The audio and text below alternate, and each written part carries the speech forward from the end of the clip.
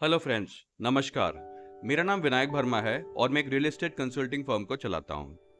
इस वीडियो में हम बात करेंगे, जैसे अगर आप अपनी कोई प्रॉपर्टी बेच रहे हैं और उसके बाद एक साइमल्टेनियसली नई प्रॉपर्टी खरीद रहे हैं, तो बहुत बार क्या होता है, जो दोनों प्रॉपर्टीज की अग्रीमेंट डेट है उसमें थोड़ा सा ऊपर नीचे होता है। मतलब जो आप पहली प्रॉपर्टी है जिसको आप बेच रहे हैं, क्योंकि हो सकता है कभी ऐसा हुआ हो कि प्रॉपर्टी आपकी नई बिक रही हो और सडनली आपको एक बायर मिलता है।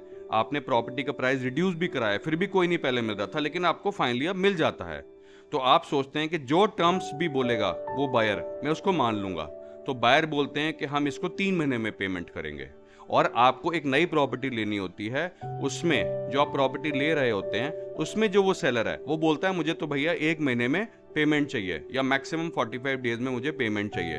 तो आप अब ये देखें कि आपको एक तरफ लग रहा है कि मैं वहां पे प्रॉपर्टी बेच दूं क्योंकि बहुत समय से स्टक थी, बिक नहीं रही थी, चलो अच्छा है अब कोई मेरे को एक बायर मिल गया है। और यहाँ पे आप सोचते हैं अगर मैंने इस डील को छोड़ दिया और कल को मैं लेट्स से 1 महीने बाद गई या 15 दिन बाद गई या गया, तो मेरे को जो प्रॉपर्टी है वो महंगी पड़ सकती है। तो आप वो डील कर लेते हैं ये सोचकर कि शायद जो आपके नए जो सेलर हैं वो आपकी बात को मान लेंगे और थोड़ा बहुत पीरियड ऊपर नीचे हो जाएगा।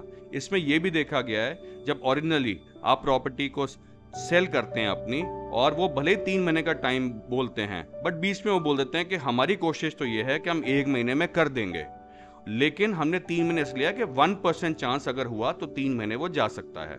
तो इस केस में मेरे समझाने का मतलब ये है कि कभी भी ओरल चीजों को आप ज्यादा वेट ना दें, जो भी प्रॉपर डॉक्यूमेंटेड है उसके अकॉर्डिंगली ही टाइमलाइन को सेट करें।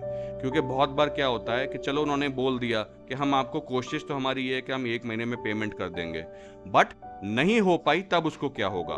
तो हर वक्त दोनों साइड देख के चलें, पॉजिटिव एंड नेगेटिव, क्योंकि आपका ये एक बड़ा डिसीजन है, इसमें आप फंस जाएंगे तो आपको ही प्रॉब्लम क्रिएट होगी। आई होप ये पॉइंट आपको समझ आएगा और इसको आप ड्यू वेटेज देंगे जब भी आप कोई प्रॉपर्टी को पहले बेच के फिर नई खरीद रहे हैं।